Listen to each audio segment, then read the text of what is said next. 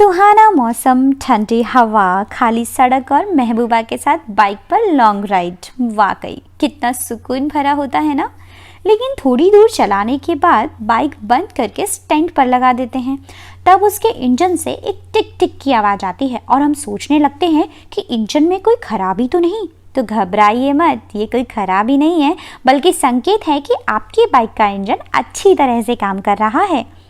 असल में जब बाइक चलाते हैं तो साइलेंसर से कई हार्मफुल गैस निकलती हैं, जिसमें से एक कार्बन मोनोऑक्साइड होती है जो काफ़ी जहरीली होती है। कार्बन मोनोऑक्साइड वातावरण में ना जाए, इसके लिए बाइक के इंजन में एक कैटालाइटिक कन्वर्टर लगाया जाता है जो कार्बन मोनोऑक्साइड को कार्बन डाइऑक्साइड में बदल देता है, जो उतनी हार्मफुल नहीं होती क्योंकि वो तो पेड़ पौधों द्वारा एब्जॉर्ब कर ली जाती है। जब हम मोटरसाइकिल को कुछ देर के लिए चलाते हैं तब साइलेंसर गर्म हो जाता है, उसके साथ ही कैटालाइटिक कन्वर्टर के अंदर की पाइप भी गर्म होकर फैल जाती है।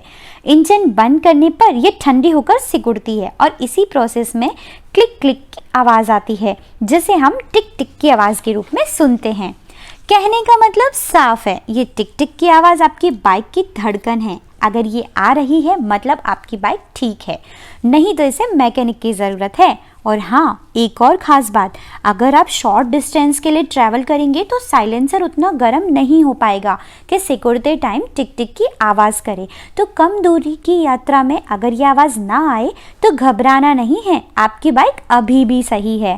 अरे रुको, बाइक उठाकर कहाँ चल दिए? सब्सक्राइब और बेल आइकन पर टिक तो करते जाइए। बाय बाय दोस्तों, मिलते हैं नेक्स्ट वीडियो में।